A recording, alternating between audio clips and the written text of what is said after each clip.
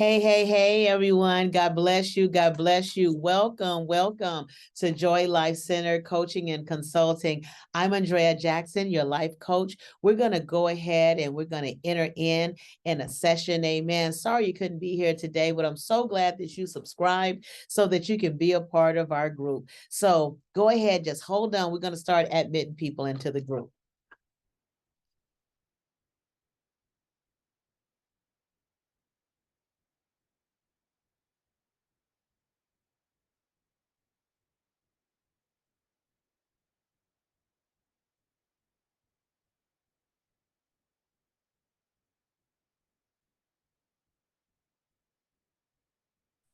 Hello, everyone. Good afternoon. Good afternoon. How are you? I'm well in yourself. I am well. I am well. Let's see. Hold on. I see some changes going on. And I see Miss Susu is entering in. Hold on a second.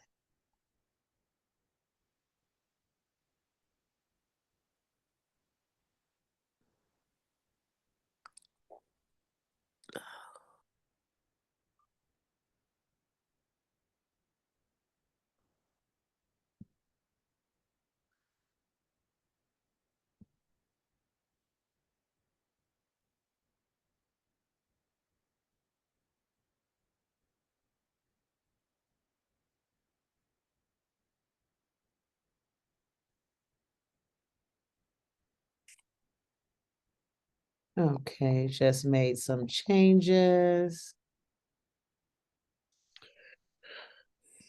Hello, hello.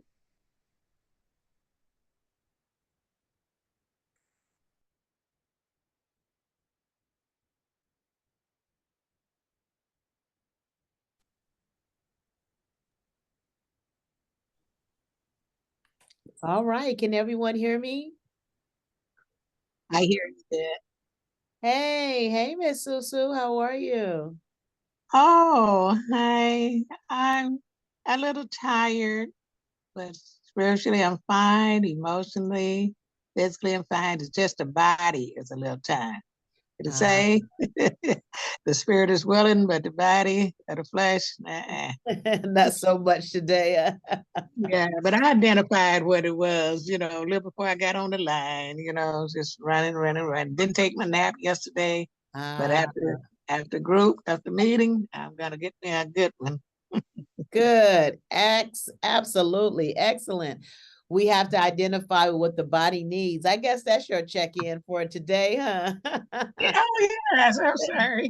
Okay. No, that's wonderful. I'm glad that you were able to identify so that it won't linger throughout your day. You listen to the whispers of what you need before it became the screams of feeling overwhelmed, no energy, grumpy, irritation, things like that. You said, I need a nap. So that's wonderful. Awesome. Thank you, Miss Susu. Well, let's see. Welcome, you guys. Welcome, welcome, welcome. Others will be chiming in. Some have called and say they won't be able to chime in today. But let's see. Miss Bianca, I see you're on the line. Go ahead and check in.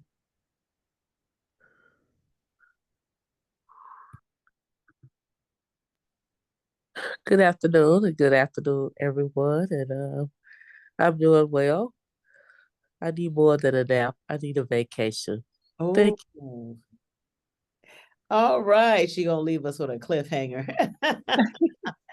I hear you, Miss Bianca. Sometimes we need a nap and sometimes we just need to get away. And again, it's very good to identify these things. Sometimes we mislabel our feelings. Yes, sometimes we mislabel our feelings and it keeps us bound because sometimes we're trying to treat something that we feel, hey, all I need to do is just take a nap when because maybe I'm just feeling a little tired, but maybe what I'm really feeling is the exhaustion from the mental energy, the mental burn.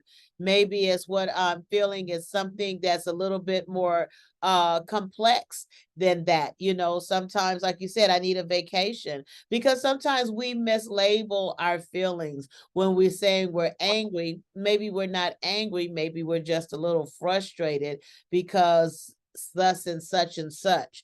So maybe I'm a little discontent, but maybe I find if I take a look at myself that maybe I'm going through a little jealousy. You know, I'm feeling criticized, or maybe I'm just feeling inadequate. And sometimes we don't know how to label our feelings, thus not knowing how to care for our feelings. So that's great. Sister Lorena, hey, good morning. Go ahead and check in. God bless you. God bless you. I am here. I'm ready to learn, aware of my surroundings. I'm feeling a bit under the weather. My ears starting to throb, so please bear with me. Yes, yes, yes. But I'm here. Excellent, excellent. Wow, I love that. Even when I'm not feeling good, I'm going to press to get what I need. I'm going to be consistent in what I need. That's excellent, ladies. Thank you so much. Thank you for your check-ins this afternoon. I keep saying this morning. Good afternoon, everyone. Others will chime in when they come, but we're going to go ahead and get started because you're here and you're suited up. You've suited up and you showed up because we know that this road of recovery, changing these unhealthy behaviors, changing these bumps in the road, and just making our overall life a little healthier, it's going to take some consistency. It's going to take some stick to itness and some perseverance. Just like Sister Lorena said, you know, I'm a little under the weather right now, but I know that that's not the only part of me. So I can't let that part of me make the decisions for the other parts of me that may need for me to chime into my group on this morning, on this afternoon. Thank you so much. We're going to talk about thoughts, emotions, and behaviors. Those things are so connected. We talked about thoughts and how we have to watch our thoughts because they become things. They can become something beautiful, and they can become something that will destroy our lives. So we want to be mindful of the thoughts that we allow to have space in our head. I like this saying that they say in the rooms of recovery: don't let that rent space in your head. Oh, I love that. At first I didn't get it. I was a little slow, but I began to realize, wow, there's thoughts that are occupying space in my thought pattern, in my day, and the healthiness of my being, seeing that my thoughts have so much power over how I feel and how I behave. I can't allow arbitrary things to just rent space in my head like that and take up the life, take up my direction, take up my decision making. And guess what?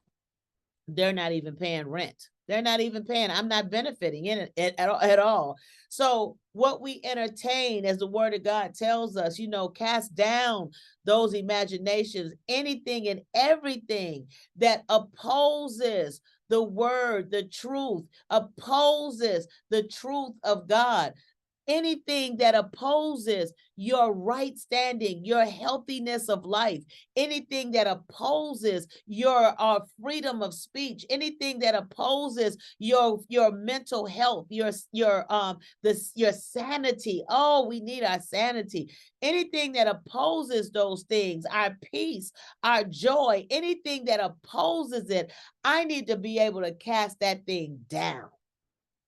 Sometimes there's things that are seeded into our thinking, and we just kind of ponder on that thing all day long, and it just consumes our day. And that's a day we can never get back.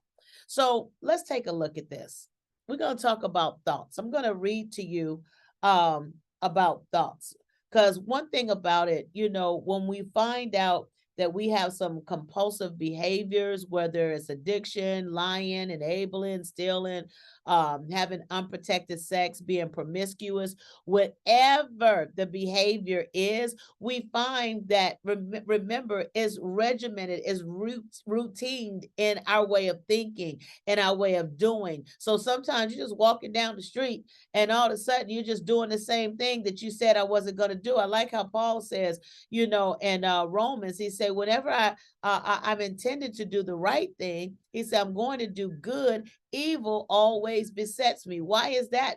He said he identified it was the sin nature that was inside of him. Well, today we're coming to crucify that old compulsive nature that's in our brain, that's engraved us into a cycle. We talked about our perception being based on what we experience. We talked about our perception being based on how we understood our experiences. So guess what? Sometimes we have survival techniques that we have, but our brain has not released the cycle or the routine. So you're not even trying to survive. You're in a safe place now, but the behaviors are routine in your life now. So what happens is our brain automatically responds to the routine. So now that we're breaking the cycle of those unhealthy behaviors, let's look at this process: thoughts, emotions, behaviors. I'm going to read something to you. Thoughts happen in the rational part of the brain, the sensibility part, the upper brain. Thoughts happen in the rational part of the brain. They are like pictures on the TV screen of the mind. Thoughts can be controlled. Even with your phone on mute, I want you to repeat that after me. Thoughts can be controlled. I can control my thoughts. Remember that. I have power over my thoughts. Sometimes it may not feel like it, but this is why we have to practice. Many times we just let whatever we're thinking to come out our mouth, or whatever we're thinking, we just act on it without considering consequences. But I want us to know that we have a power in a thought. Remember, we was talking about the trigger thought response relapse cycle. Remember, we were talking about that, and we're talking about the thought stopping techniques, and the best place to apply the thought stopping techniques to break the cycle is at the thought. At the thought. That's why it's called a thought stopping technique. It's not calling the response cycle technique. It's called a thought stopping, not the response stopping. Because once we get in the response, it's a little harder to pull back from there. Once we're on the move with it, it's a little harder to pull back from there. But at the thought, we got power and authority and control to now tear it down. I'm going to continue. Thoughts can be controlled. As you become aware of your thoughts, you can learn to change the channels in your brain. Learning to turn off thoughts of unhealthy behavior, drug use, enabling, learning to turn it off when it comes stealing, theft, shoplifting, lying, sexing, and any other unhealthy behavior, how you treat your children, carrying on learned behavior that that's no longer should fit your life today, or you don't want it to fit your life today. All those things that we're breaking and destroying, we want to remember that we can turn off those thoughts. I want you to say that too. Turn off the thought. Turn off the thought. Turn off the thought. Sometimes this is where we have to use our thought stopping. Sometimes we just need a moment to relax, because sometimes we're overwhelmed. Turn off the thought. Sometimes we need to wear that rubber band around our arm. And I wish I had some bands in orange and arm's reach, so that I could show you some of those rubber bands, not so much rubber bands that we used to put in our hair or tie up packages, but like bands that give information, bands that have the telephone's number on there, or what would Jesus do bands, you know, those little thick, little rubber bands that carry a message that we used to wear around our arm. Even that'll do. It doesn't hurt as bad, but it'll give you some significance of mind to pull that band and say, stop. You know, remembering that sometimes we need to just take a moment, do some breathing exercises, and maybe we'll practice that today, doing some breathing exercising. We may need to ground ourselves, center ourselves, put ourselves in that safe place. You know, we might need to just pick up the phone and call somebody. You know, hey, what you doing? Sometimes it's good to call your support, call your therapist, call your life coach, call your pastor, call your treaters, call your friends, your confidants, your parents, whoever is safe for you. Because somebody could call their mother, but calling your mother may not be safe for you. So don't call that person because you're already in a danger zone. So I'm changing the thoughts, and we're going to continue practicing changing the thoughts, because sometimes it's not an easy process when we're used to these compulsive behaviors just leading us and guiding us. These unhealthy behaviors, they're so used to being in the limelight that sometimes we find it hard to stop it by just changing the channel of our thoughts. So it's very important. It's very important. It's a very important part of our recovery process to be able to change the channels in our mind and become aware. I like that Lorena always talks about that. Be aware. Don't just let what's happening inside of you just go unnoticed or without your attention. Remember, you deserve your attention. You deserve your love. You deserve your kindness. You deserve it more than anyone else in this universe. So therefore, let's not be unaware of what's going on with us. Sometimes we may say, hey, I don't understand what's going on with me. And that's understandable. Everything we can't label right then and there. But with time and experience and learning from the experience, then we're able to label it. Let's go on. Let's be aware of what we're thinking and learn to control the process. But with practice, it gets better. So I want to talk about that for a minute. Let's talk about thoughts. Let's talk about your thoughts right now. Let's talk about what thoughts kind of sneak in sometime and they're unhealthy to you. And regardless of what those thoughts are, just go ahead, unmute your phone and share, and just share with me, what are some thoughts that you have to practice bringing in control or practice changing your mind from? Go ahead, unmute your phone and share.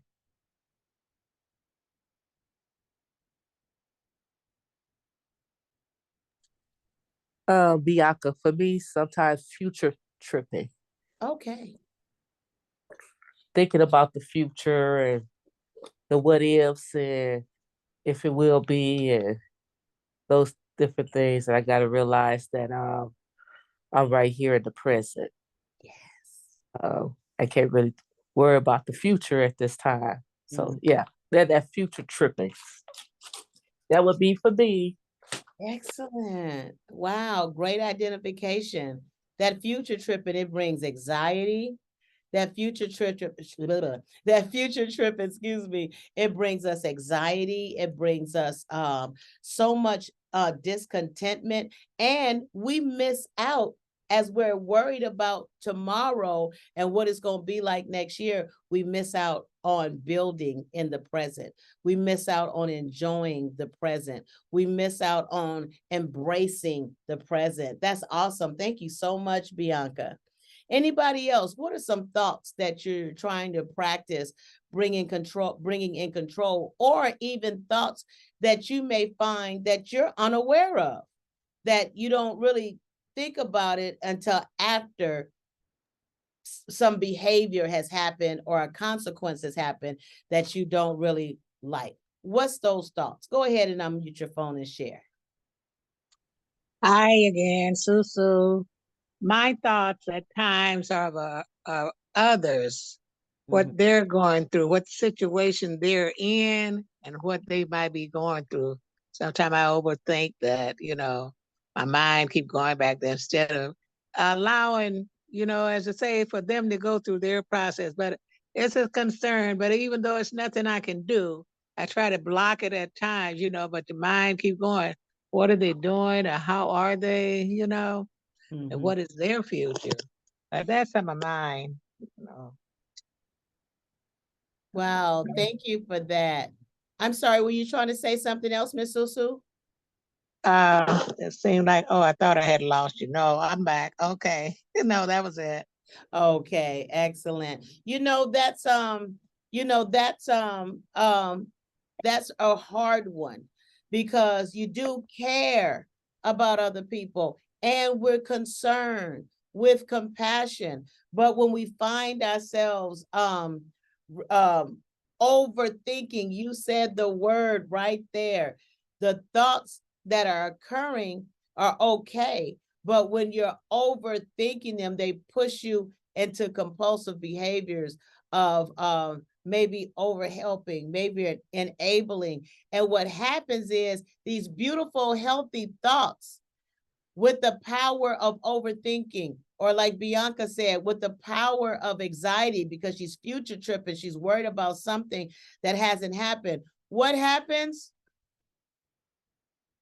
We come in bondage. We come into bondage. Our hands are in bondage. We're not free to move forward. The bondage that happens, that chain, it binds us to our problem, to that behavior. And that's what we're trying to change today, because we're going to continue in that compulsive behavior. We become bound by our thinking. And so I'm so glad that there's been some identification.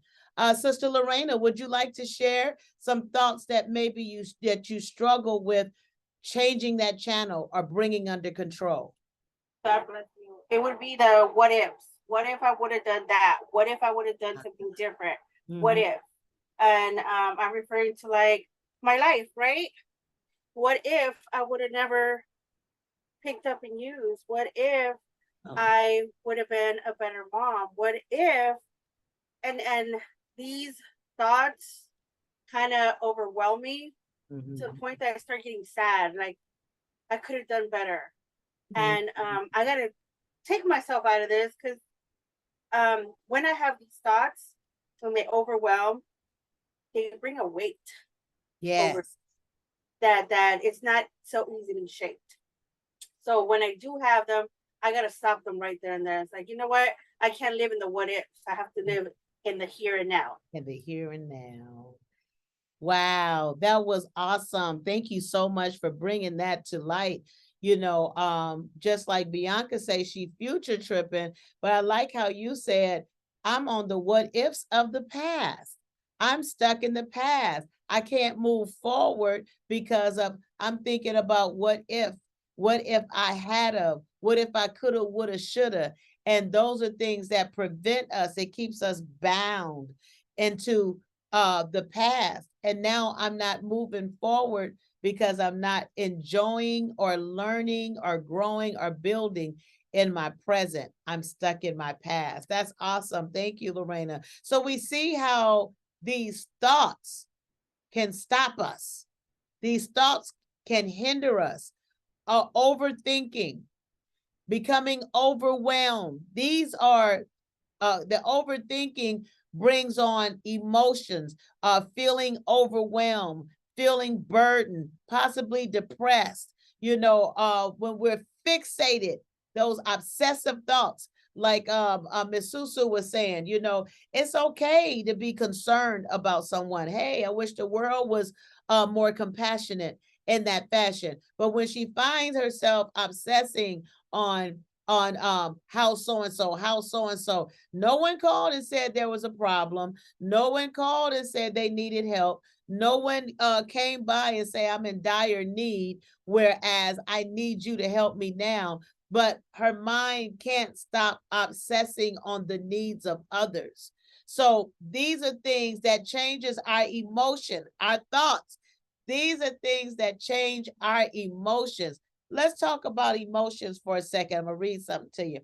Emotions are feelings. These are our feelings. I like to say that they're feelings on the move. They're in motion. Feelings, happiness, sadness, anger, fear. Those are some of our basic emotions. Feelings cannot be controlled. Thoughts can be controlled.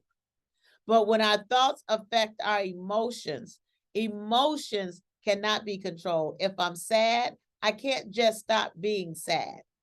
I can't just say, oh, well, whatever. If I'm happy, I can't just turn off my happiness. If I'm feeling complex, if I'm fearful, I can't just stop being fearful. Like I can change my thoughts. I don't have that same control when it comes to feelings. They are neither good or bad. So let's stop labeling our feelings like, oh, I shouldn't feel this way. Oh, I hate to say I feel this way. This is terrible that I feel this way. I got a bad feeling because I was angry. So that was a bad emotion. No, it's not a bad emotion. It's your emotion. It's what you're feeling. It's neither good nor bad, but it needs to be identified so that you can rightfully respond to it. I'll continue. It is important to be aware. There's that word again. Thank you, Lorena. It's important for us to be aware of our feelings. Talking to family members, friends, a therapist, someone whom you trust can help you identify what you're feeling, can help you recognize it, because sometimes we don't know what we're feeling. We don't know, and we're acting in ways and responding in ways that we perceive from our feelings. But like Miss Susu said, maybe I just need a nap. It's not my feelings after all. I'm not angry. I'm not sad. I just need a nap. So some feelings are more pleasant than others, but it's normal to have all kinds of emotions. Our behaviors can change our emotions by changing the way our brain works. See, because we don't see on a cellular level our brain and the actions and how certain thoughts and consistent behaviors change the way our brain works and how it thinks. Because we can't see it, we just don't really give attention to the importance of our brain activity and how it plays a part of our behavior. So these compulsive behaviors, especially when you're drinking and using, especially, when you're consistently doing things, because whatever you do, your brain is also, it has your brain chemistry in it, which are called neurotransmitters. And there are some things that you do where we deplete our adrenaline. So let's say you're gambling. You're not consuming a drug. You're not drinking or anything like that. But it uses your adrenaline, and your adrenaline now, your brain becomes used to that level of adrenaline use. So when we start having cravings to do such a thing, believe me, our brain and all of our brain chemistry has been involved in that activity, and our reward system is rating the reward. So this is how come sometimes there may be a reward from just helping somebody. So now Miss Susu may find herself in that obsessive space of being worried and overly concerned and overthinking about a loved one. And then she may just get up and out her compulsion and just go see how she can help, or call them and see how she can help. And because she can help, it gives a satisfaction because the brain has connected. It has a function. Our adrenaline, our dopamine, our norepinephrine, our serotonin, all that stuff. It has a function. And anything that, if we're depleted in some of our brain chemistry, then we might feel some kind of way. We may feel bad, and I need that pick me up. I need to go help somebody, or I need to go have sex with somebody, or I need to go gamble. That's going to help me feel better. No, that's not logical thinking. It's already how you've trained your brain to respond. Remember, your brain, it is there to bring overall wellness to the body. Your brain does not have intellect. That's your mind. Your mind is your intellect. That's the one that's connected to your very soul, who you are without skin and bones and clothes. So therefore, who you are is in your intellect. It's in your mindset. It's in who you are, the spirit of you. But what happens is my natural being, my brain, it gets controlled by neurotransmitters. It is the power of your body that causes your body, whether your left leg moves and your right one follows. Your brain is that central nervous system that calls the shots. So therefore, if you've trained your brain to ooze out dopamine every time that you drink, when you drink, or maybe you use drugs, or maybe you have sex, or maybe you get whatever your compulsive behavior is, your dopamine, excuse me, is that reward center part of your brain. That's that part of your brain that rates the reward. So if eating cookies with a friend, you'll have a certain amount of units. We got to remember this, a certain amount of units that the dopamine will register. Maybe it's a 5-unit register. Maybe on the reward system, eating cookies with a friend, going out to dinner and fellowshipping with loved ones, maybe that rates at 100 units of pleasure for you. But guess what? Once we operate in some behaviors of drugs, alcohol, gambling, sex, smoking cigarettes, any of those things, what happens is it starts rating a little higher and a little higher and a little higher. And what happens is now your dopamine level gives you a greater reward because it rates those activities as rewarding to you.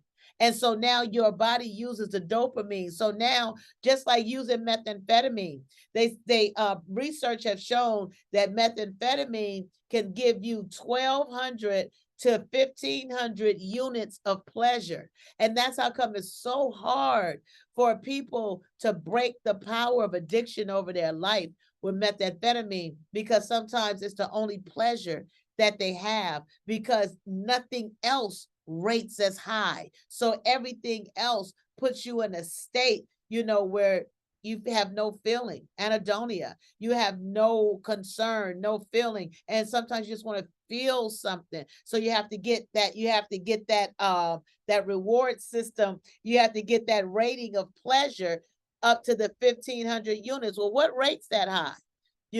Maybe they add some methamphetamine and add it with sex. And now we at 1,800 units of pleasure, because our dopamine has to respond. But at some point, our dopamine, it gets depleted, and you use the drug and it no longer gives you pleasure. Or you continue enabling or gambling and it no longer gives you pleasure. And that's when you're stuck. So when we look at these feelings and emotions, we see that our emotions respond off of people, places, and things, but it also responds to what we're thinking. Let's see. Even our compulsive and unhealthy behaviors, they also change our emotions. They change our emotions by changing the way the brain works. I think I read that. And during our recovery process, emotions are often still mixed up, especially because of the neurotransmitters. They're still trying to find out what's the adjustment to the new you. We know we've been acclimated to sending out this much dopamine, this much norepinephrine, this much adrenaline to keep the body in place. Well, now we're changing those compulsive behaviors that have affected our brain. We're resetting our brain today, and we're letting our brain chemistry, our neurotransmitters, we're allowing them now to settle. But I have to withdraw. I have to find myself abstaining from that behavior. If not, my brain is going to continue to cycle on its regular course. But I have to remember, I have to abstain from this behavior. So as we look, sometimes you feel irritated for no reason, or great even though nothing wonderful has happened. You cannot control or choose your feelings, but you can control what you do about them. So I can control how I respond to my feelings. So just because I'm angry, I can't cast it down. I can't change my thought about it. But I like how the words say, it's okay to anger, but sin not.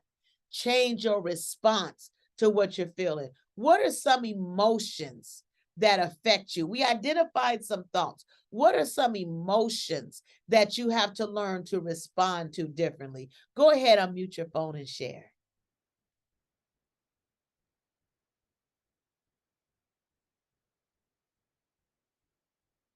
Think about it.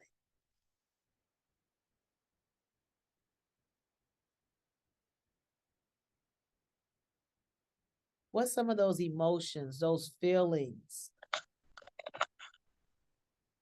Susu again.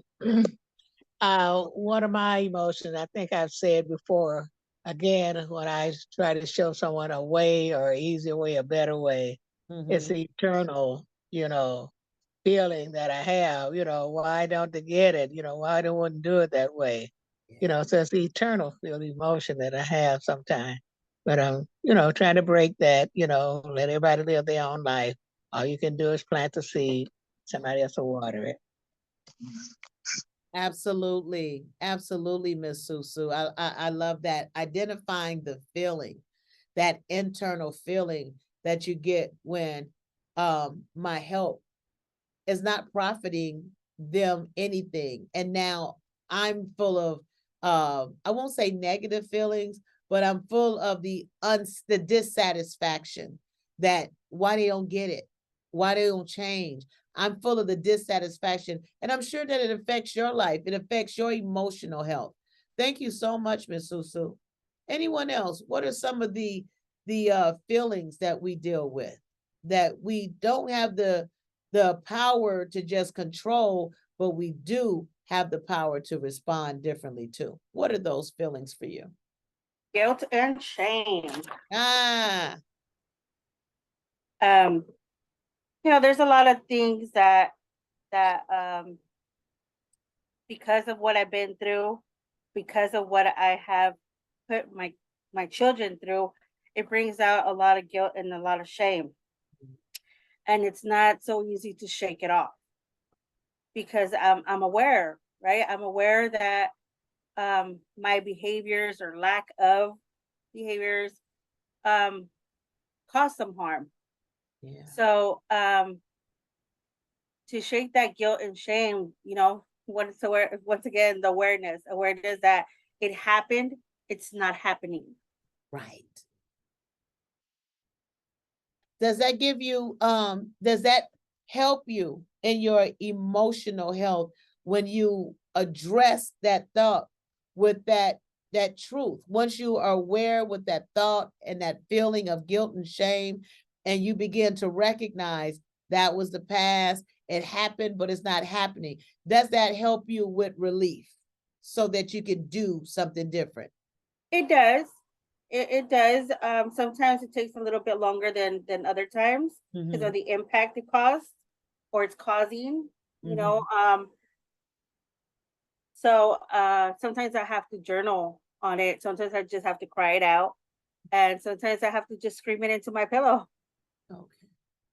Wow. Thank you so much for that. But do you see that the thoughts and the emotions that she just shared that comes, what happens is rather than allowing it to ruin her life or to tear down her peace or all that she's built today, what she does is she behaves differently. I'm sure that the guilt and shame in the past drove you to unhealthy behaviors. It drove you in the past to maybe want to pick up. It drove you to want to do something that you've decided I'm not doing anymore. And so now, because she's identifying, she's being aware of what's going on in her thoughts, what's going on in her emotions. Now she's responding with different behaviors. Like she said, if I have to scream it into my pillow, if I have to journal it, if I have to keep giving myself the truth of it happened, but it's not happening, whatever it is. And I love the fact that she's not just leaning on one thing. She's not just leaning on one thing to help get her through the course, but she has a few things in her pocket that she's doing to change those behaviors. Change those behaviors. Well, hello, Miss Kashara. You made it. You made it. Hello, everyone. Hello, good afternoon. Good afternoon. Awesome. We're talking about thoughts, emotions, and behaviors. How our thoughts and or our emotions affect our behaviors. And we've heard some great things on today. Hopefully we can get you the I can figure out how to get you guys the subscription page so that you can just chime in to these videos when you're missing from the group. But we want to look at how we're not allowing those thoughts that come to condemn us, to separate us, to depress us and bring us down. We're not allowing those thoughts to rent space in our head. We're casting them down. We're coming against anything that's coming against our peace, that's coming against our truth, that's coming against our joy. And now our emotions, we've learned that thoughts, we have the control and the power to change our thoughts. But our emotions, we find out we don't have the power as much to control our emotions. When I'm angry, I'm just angry. I can't just turn that off. When I'm sad, I'm sad. I can't just change that by I'm changing the channel in my mind and having a new thought. But what we can do is respond differently. So I know that you weren't on for the whole class, but just from that summary, what thought would you say that you need to change? That thought that comes to bring you in a bad space that keeps you moving into those unhealthy behaviors.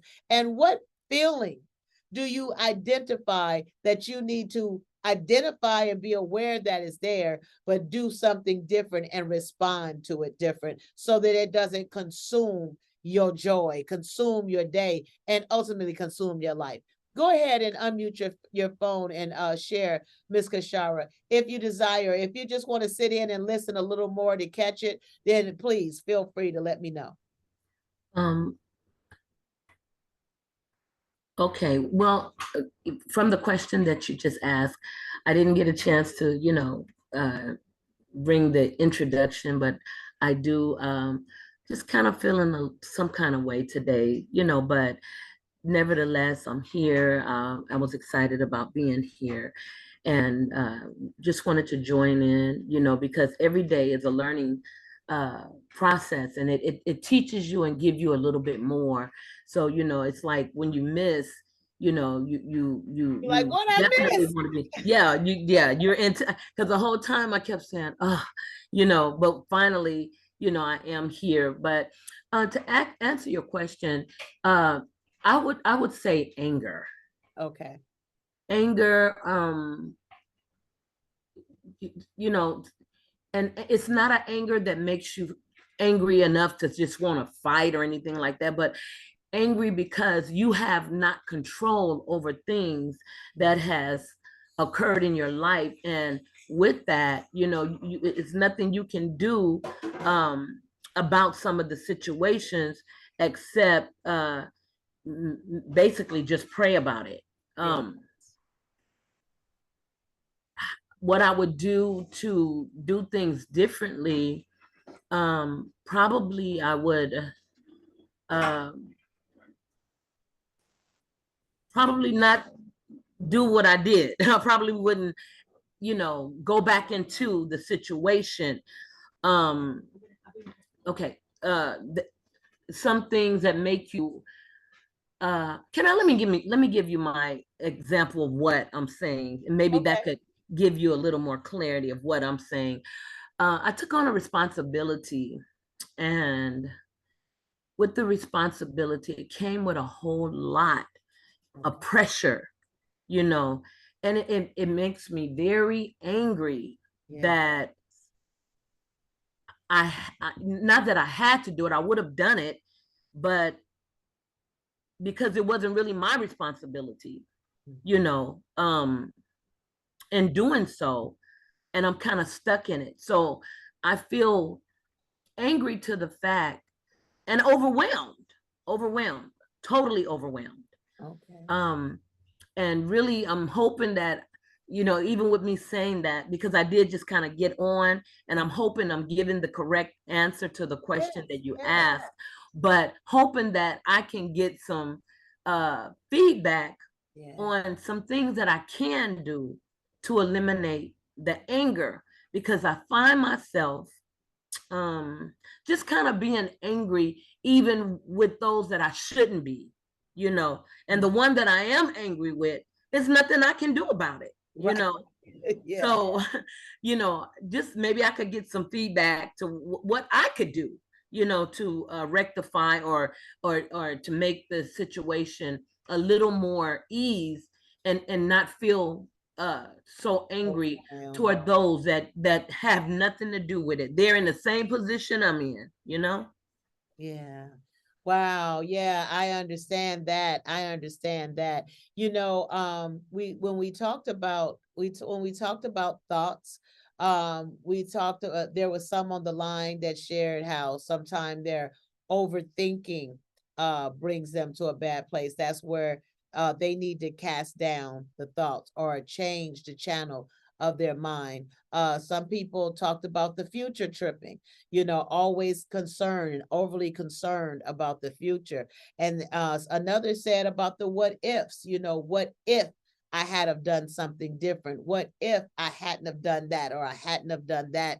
And maybe my life would be different today. And so how some of those thoughts sometimes plague us. And then with the emotions, the emotions that you feel when you're trying to do something and it doesn't come out the way you envisioned it, the way you desired it, or the way that you think it should. Feeling with the sitting of the discontent feeling that you have after not exalting, but exhausting your resources, your energy, your time, your gas, your money, after exhausting those things to still have no change can be very discouraging and can bring dissatisfaction and discontent. Also, some on the line talked about the feelings of guilt and shame. If I had done those things different in the past, then things would be different in my life today. My job, my finances, my family would be different today. So therefore, what they said that they do, they look at the fact that I'm not in my past, I'm in my right now. That happened, but it's not happening. And then another had shared about how they feel the emotions of after they've just been so concerned, they feel, after the future tripping and worried about what shall be, then they have the anxiety. That's the emotional part. Now, our response to that, like you said, your thoughts is, why the heck did I do that? Oh my God. And I hear you say that you had to. You had to. I want us always to remember, guys, the choice point, because we always have a choice. Maybe I can do a part, but if it's going to bring me to a place where I'm overwhelmed, maybe I can look back and I can change my commitment. Maybe not take on the whole loaf, if that's possible. Maybe because the thoughts of what I should have, could have, would have, did can be overwhelming. And then the anger that comes sometimes at that person, but sometimes at ourselves, because I said yes to that. I committed to that. So sometimes our anger is dual. We're angry at ourselves and we're angry at that person and maybe how they treated us, after we said yes. And now I'm overwhelmed. Now I'm in a situation, but now how am I going to respond to it? All these things, all these thoughts, all these feelings, they provoke me to behaviors. The Bible says that we can take our thoughts and we can cast down those imaginations. And yes, they're going to try to come back, but we got to continue to cast them down. Anything that comes against the obedience of God, God gives us joy. He gives us love. He gives us that inner entire feeling. He gives us the completion through our trials and tribulations. With the feelings, the Bible says, be angry, but sin not. So now, like you said, I'm dealing with this anger. So now you're trying to monitor your behavior. You're trying to make sure you do right things. But what can I do today now to deal with the feelings that I'm having, the thoughts that I'm having? How can I respond to my feelings differently? And her feelings are anger. So let's take a look. I'm going to read something to you guys. Let's take a look at behavior. So now we understand the thoughts, the emotions, and the behavior process. Behaviors, what you do, your action That's called behavior. Work is behavior. Play is behavior. Going to group is behavior. Using drugs, enabling people, lying, sexing, stealing, having unprotected sex is all behaviors. Behavior can result from an emotion. Watch what we allow to reserve space in our head, to rent space. Well, it ain't renting because it ain't paying no rent. It's just reserving space. We're allowing it to chill for free. And let's be mindful of being aware of the emotions that are moving, these emotions on the feelings on the move that are moving within our hearts and in our minds and in our spirit. So, because these behaviors can result from emotions, they can come from thoughts, or the combination of the two. Because our routine behaviors, which we talked extensively about the brain, these things, it floods your thoughts and it pushes your emotions towards the old things that we used to do, the old compulsive behaviors, bringing the routine back, that routine activity back in your brain. Remember, we're not talking about our mind. We're not talking about our intellect. We're talking about the body system of the brain. So these things pushes us back towards those old unhealthy behaviors. This is a very powerful automatic process, and it has to be brought back under control. Remember, we talked about the brain reset, because so a man thinketh, so is he. So let me reset my brain that has become adapted to my unhealthy behaviors. Let me reset it so that my neurolephin, my dopamine, my serotonin, those things don't respond according to the old routine of my actions. Our neurotransmitters, they are conformed to now mold themselves according to your behaviors and actions. So, like she said, what do I do? Structuring your time. That helps us to bring that back into subjection. It helps us to bring back the power and the structure and recover in our thoughts and in our emotions. Scheduling your time, attending spiritually orientated meetings, engaging in new activities are some ways that you can regain control. The goal in recovery is to learn to control your thinking and feeling self and behave in ways that's best for your life. And that's why we're here, because we want to change our behaviors. So we have to remember, we have to change what we think, and we have to change how we respond to what we feel. So I want to ask anyone and everyone on the line, what is it that you can do to help bring back to structure, bring back your behaviors, to put that reset in the brain, to now respond to your emotions, and to bring back the healthy behaviors rather than the old behaviors. What we want to do, we want to make sure that we bring back that automatic process that's happening in our brain. We want to bring the reset in and bring back the structure of this powerful process that's happening in our brain. So what can we do? What can you do? Go ahead. God bless you. This is Sister Lorena. Hey. What can I do? And what I do. Okay. For me, it's almost every day. So these little series are for me personally. What I do if I'm angry, if I'm sad, if the feelings of shame and guilt come about, has to go back to the awareness, aware of why am I feeling this way. Okay. Sometimes, like I said before, I wake up angry. Like if I didn't get enough sleep or I still feel tired, I'm angry. I don't want to get up. Right. So acknowledging, first of all, the feeling that is there. And if I don't have the time at that moment to process or to analyze why am I feeling this way? What happened from point A to point B that I am feeling this way now? Okay. And then just acknowledge my feeling and then come back and process through it. And sometimes, you know how we put little kids on timeout? I put Lorraine on timeout. I shut her down. I shut her down and say, you know what? I can't do anything until I know what's going on with me. And once I could acknowledge that and accept that it's okay. It's okay that I'm feeling this way because my feelings are very valid. They Yes. they might not be true to the situation, but they're valid. They're mine. I'm feeling this. And just acknowledging that they're there. And I have to do a lot of self-talk.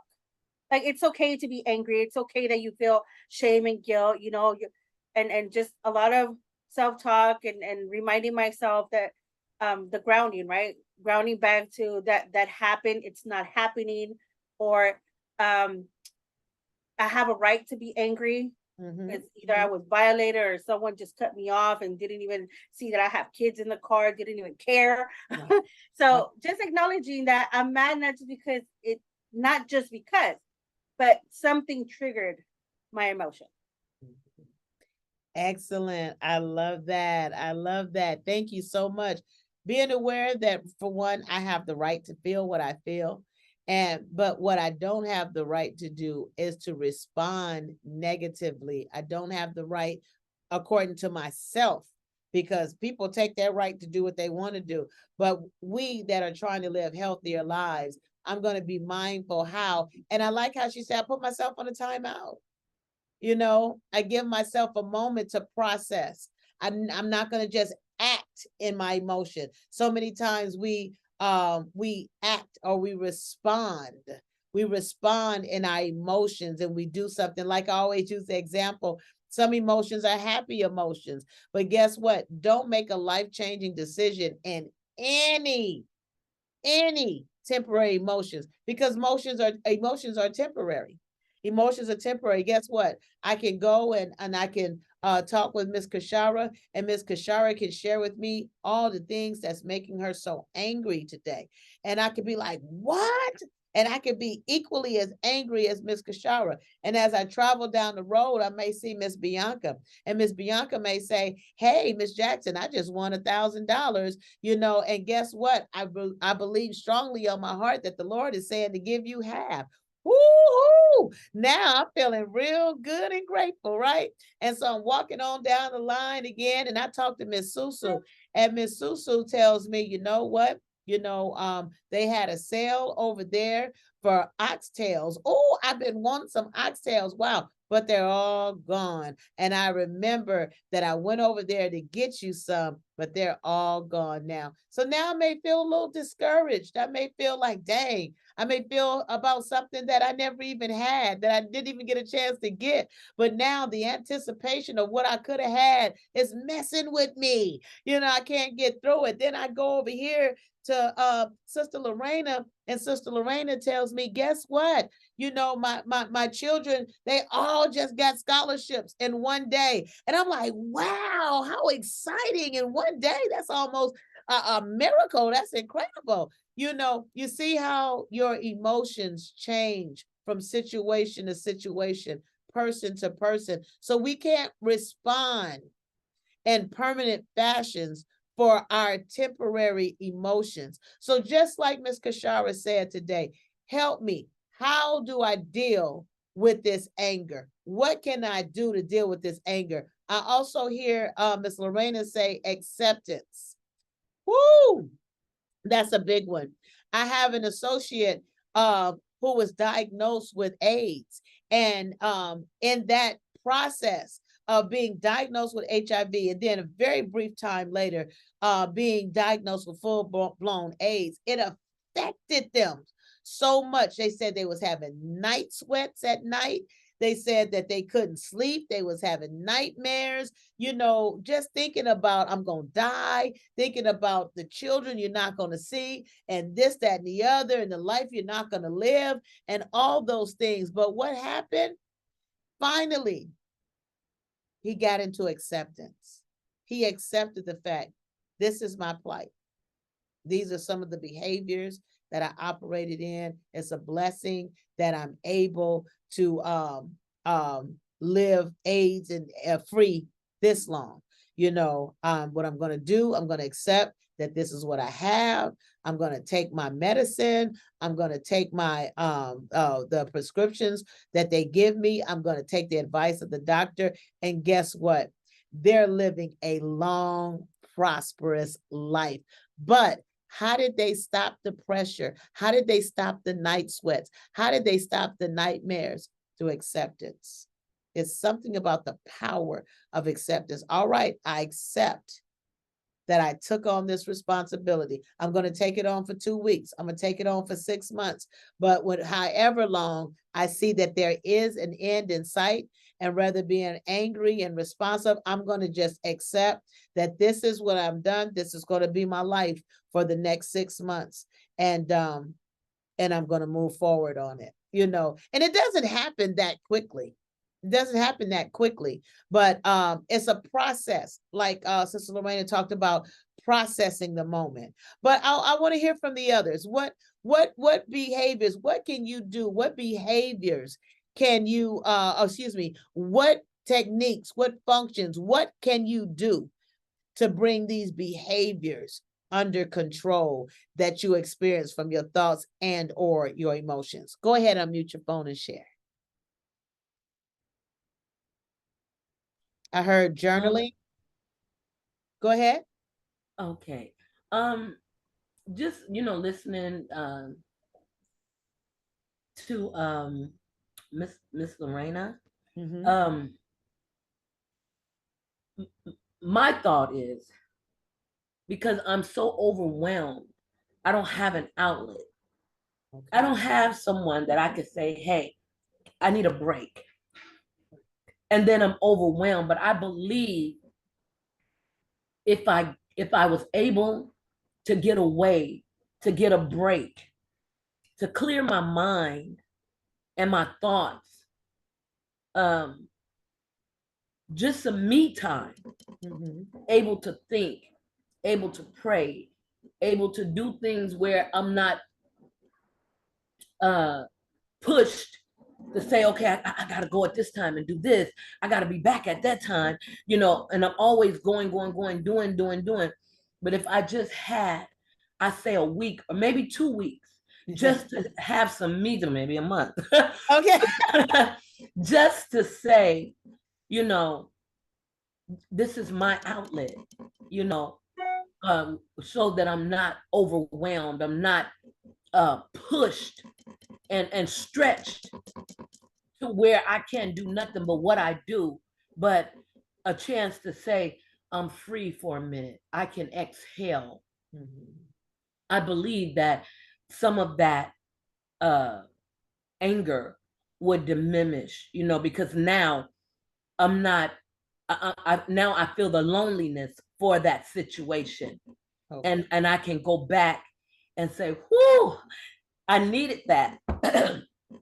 But I'm so glad to see you, Yeah. And I believe, I believe sometimes just an outlet every now and again would fix some of the anger, because when you're in it, with me, I'm in it, and I'm in it for the long haul. Don't get me wrong, but at the same time, because it's not just my portion. Okay. I'm sorry. I don't know what's going on. Maybe I need some water. But it's not just my portion. I will be able to see things a little clearer than having a outlet kind of repetitively from time to time. I don't need it all the time, but because I'm overwhelmed is where the anger comes from. Right. Right. And really anyone that knows me know that I don't crack under pressure a lot. I hold a lot of stuff in. And that's where the anger comes in, because I'm holding it in, I'm accepting it, and I can't do nothing about it. So, you can pray all day long, but when you get up from praying, guess what? It's right there saying, hello, I'm still here, So I believe just being able to get away and get the outlet would be a way of diminishing some of that anger. I would definitely agree. Vacations are very healing. We all should take vacations if we can. Doesn't matter where you go, as long as you are away from the hustle and the bustle of your everyday. But what I want to say is a vacation is also a temporary fix, because I hear you say that whatever the situation is, you're committed for the long haul. So I'm believing that this is not just a 1 week, 2 week, or a 6 month situation. You said you're committed for the long haul, whatever the long haul may be. But one thing that I want to say, a vacation will give you an excellent new beginning. But just like with anything else, where do we go from there? How? Because what's going to happen is the same thing is going to occur. Again, the buildup is going to remain. I mean, it's going to return, excuse me. You're Right, going to right. feel the overwhelming feelings, and the anger is going to come back. And then you're going to need another vacation unless you change your process, how you deal with this long-term commitment. Sometimes we find that, just like we talked about scheduling, scheduling can put a reset to break the monotony of the antagony of the assignment, the commitment. Maybe rescheduling, maybe changing the way you do things within it. Because what happens is, if we don't fix the broken wheel, we may take a vacation from the wheel and come back and say, okay, I can go again. For how long? Another 7 miles, another 10 miles, another 20 miles. You're rolling and you're in that broken wheel. And now all this jumping is irritating. After a while, you're like, okay, I'm good. I can be okay. But after a while, maybe the first 2 miles, hey, this is good. Thank God for my vacation. Oh, glory. And you're going on, and that broken wheel is still broken. And by fourth and fifth, it's starting to get irritating now. This wheel, I mean, hey, it's been 5 miles now, 6, 7. Now, by the 10th mile, you need another vacation again. So what we have to do sometimes is fix the broken wheel. Regardless to what the commitment is, sometimes we have to change how we interact in the commitment. Find you some outside support if you don't have inside support.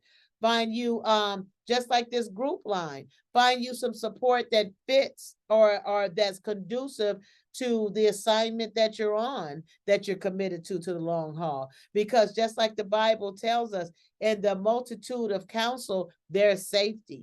Maybe there's you'll learn of some programs that can help you with your commitment, or that can help the commitment to now you don't have to give 100% to the commitment. Maybe now you can find a place where you can maybe pause the commitment here, or bring the commitment there, or interact the commitment there. So there are some things. Go ahead. Oh, I'm sorry, was someone trying to speak? So we have to change we have to maybe remember reset, as we're resetting our brain, as we're trying to respond to our emotions better. One thing that we have to do is fix the broken wheel, because whatever it is that was draining us, it's going to drain us again. And we're going to continue in those same old unhealthy behaviors if we don't fix it. Because we can work on us. We can go to Hawaii. We can go to Baja. We can go anywhere and get a good feeling and be restored. But if we come back to the same broken wheel, we're going to end up in these same cycles. What we're trying to do is break the cycle. So what can I do? I can make sure that whatever you could do, but utilize outside support. If you have no inside support, utilize outside support. Utilize programs that are being brought down from the government, from the city officials, our councilmen, our mayors. I'm about to start looking into the city of Compton to see what benefits and programs our mayor have for the city of Compton for our program. So there's some things, whatever your commitment is. Sometimes we don't know the answer, but we have to take the time to seek the answer, or it's going to continue to be a broken wheel until it's no more. Anybody else, what can you do to change these behaviors when we're trying to reset our way of thinking and respond to our emotions different. What is it that we can do to change the behaviors that come from our thoughts and our emotions? Go ahead, unmute your phone and share.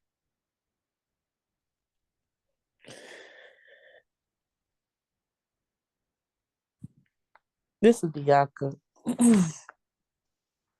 So I've had an issue for maybe a few days now. I want to say that I started off being angry, Okay. but I think my thing is now frustration and irritation. Okay. Um, so you see the process is becoming where it's getting a little bit milder and milder, I think anyway. Um, but what I find myself doing to try to help or whatever is I kind of sit back and take a moment. Okay. Because it started off I was angry. Mm-hmm. I was angry to tears, you know, about a situation. Um, but like I said, I think now I've gotten over being angry. And I just kind of going through my little frustration and irritation part of the situation. Mm-hmm. And just trying to I don't want to say understand, Okay. because I'm at that point where I understand. But I guess I'm just trying to I guess I'm just trying to deal with it. I guess that's the word for today. Okay. Just just trying to deal with it and try not to let it just be something that's an ongoing thing.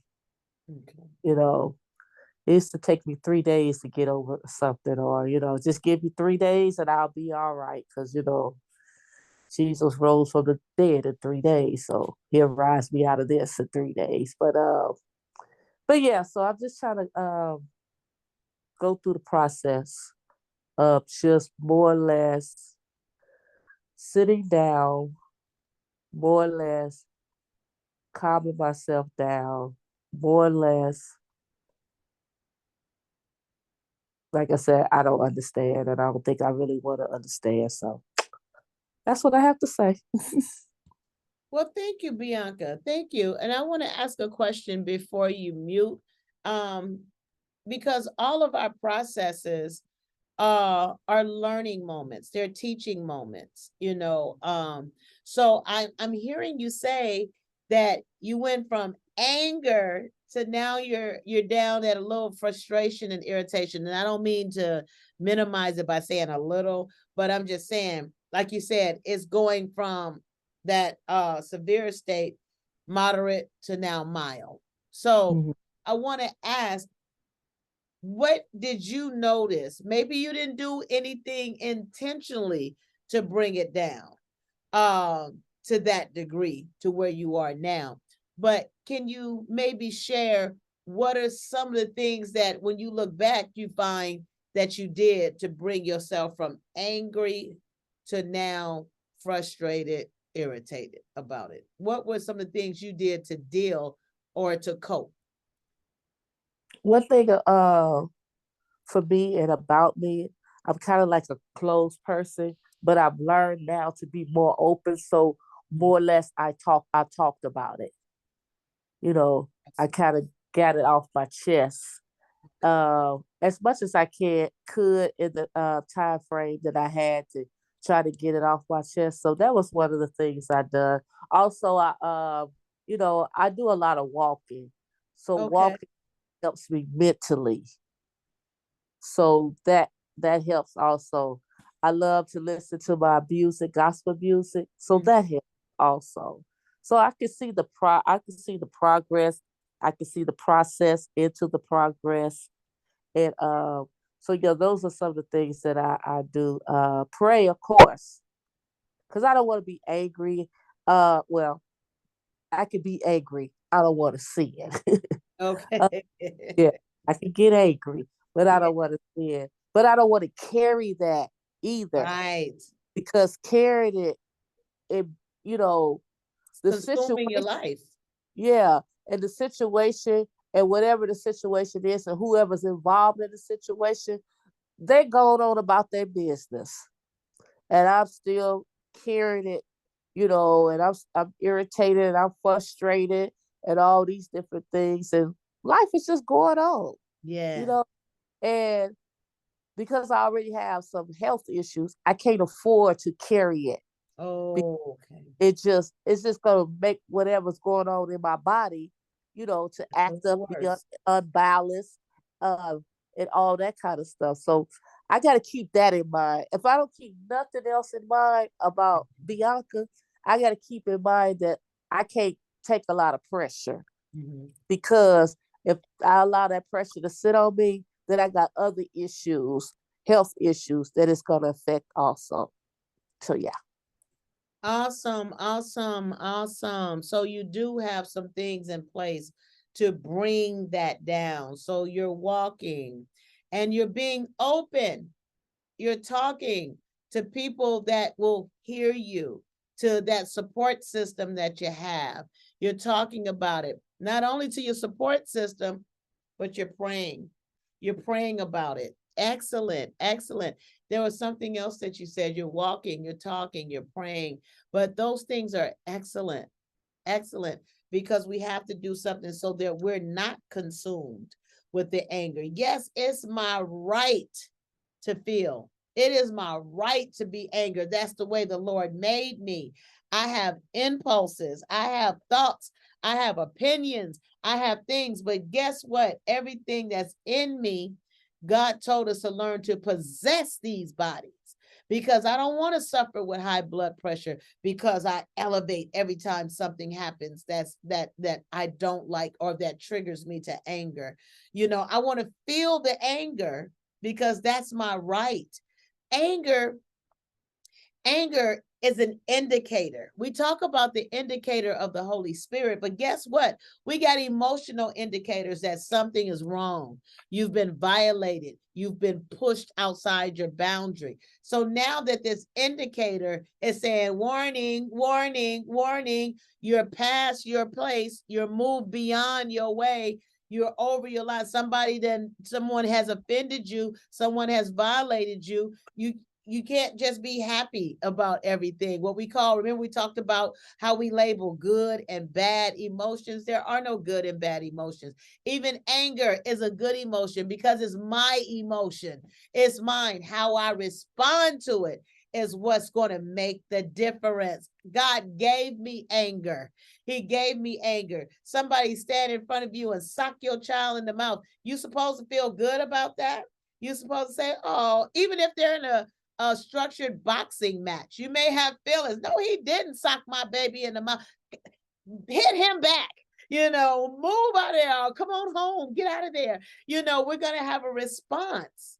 The Bible says be angry, but sin not. So what can I do? Because I don't want to keep getting angry, trying to suppress my behaviors, trying to suppress me from sinning. So I have to have a coping mechanism. And I want to say this, have a coping mechanism that looks at proactive as well as reactive behavior. Proactive behaviors is I have an opportunity to proactively get some things in line. Like I was sharing with you guys in Miss Kashara's situation, whatever the situation is that you're committed to for the long haul, find the way to do it. Maybe you need to enlarge yourself and reach out for help to find other ways to do it. Because sometimes all we do is what we know according to what we've experienced. But guess what? If I'm going to have this commitment, I'm going to have to find a way to operate in this commitment that's not building up anger in me, because I can't live in that anger. It'll cause me high blood pressure. It'll cause me sickness and disease. Anger shortens our life.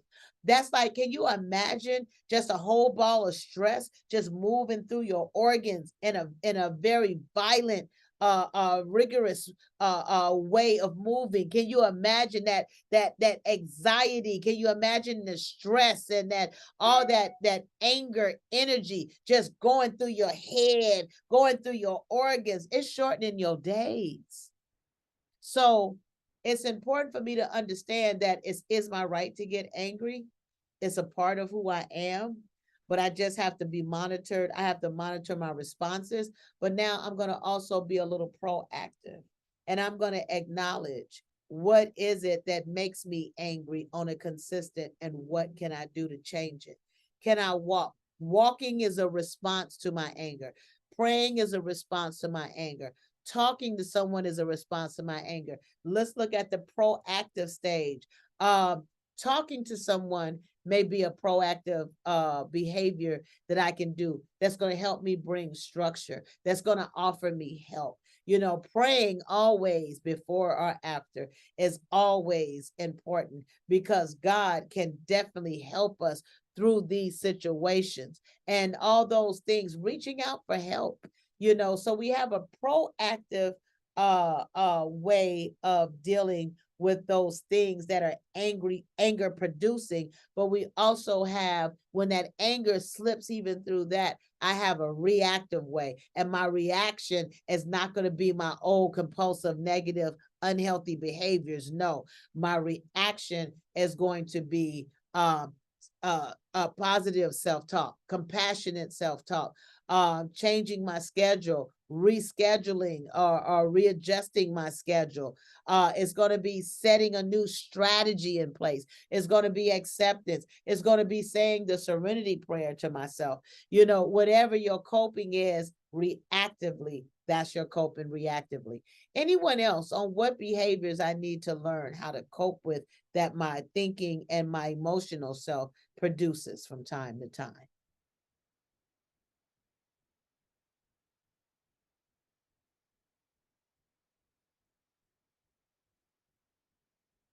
All right, from the silence, I can tell my time is up. What we're going to do, we're going to hear our thought for today, walking in dry places, meditation. And I'm going to read from today. Today is October 12th, is it? Yes, it is.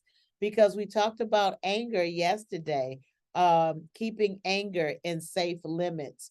Our commitment yesterday was, if I become angry today, I'll admit it to myself. Perhaps I'll even put my feelings on paper, but I'll have the good sense not to go further with such outbursts.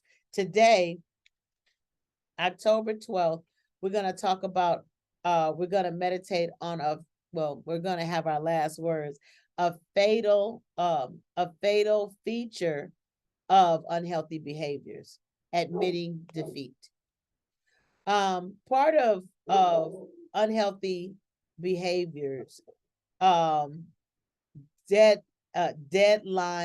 lies, and its peculiar tendency to blind the victim to hopelessness of the situation. We feel bound to it. Time and again, people meet people who are in the final stages of their disease of compulsiveness, yet are still clinging to the fallacy that things are not as bad as they seem. Indeed, my alcoholics who have engineered their own ruin still believe they were either victims of bad luck or of malevolent actions by others. Those of us who recover can be grateful that we were brought to understand that we were without hope until we found help.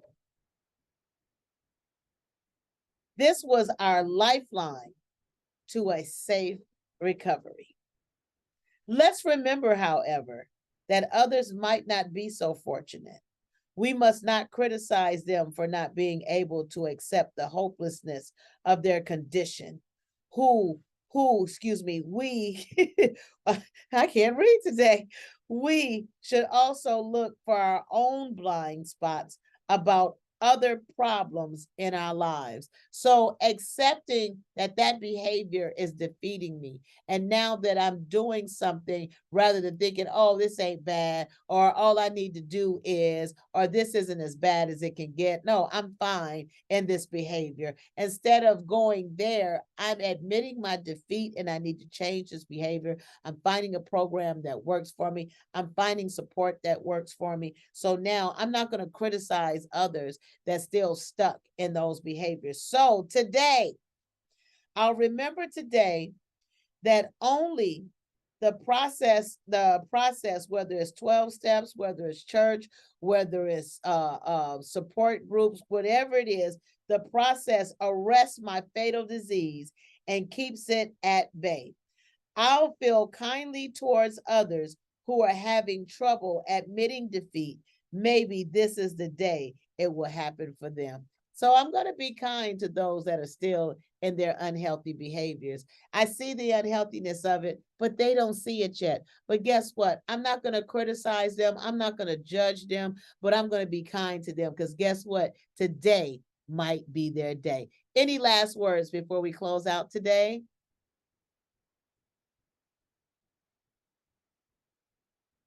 Excellent, excellent, excellent. Well, guess what, guys? We've come to the close of another great day. Please remember, our thoughts, our emotions, and our behaviors. Our behaviors aren't just behaviors that has come about, but these behaviors have come about as a combination sometimes of our thoughts and emotions, or sometimes our thoughts or emotions. But whichever it is, let's cast down these thoughts. Let's change the channel of our thoughts. Let's learn how to deal with our emotions differently so we can change our behaviors and live free. So come on, everyone, live free. Remember, that's what we're doing. That's what we're pressing towards. We're pressing towards freedom. And that freedom is going to give us liberty. So again, guys, live free. God bless you all. Till tomorrow.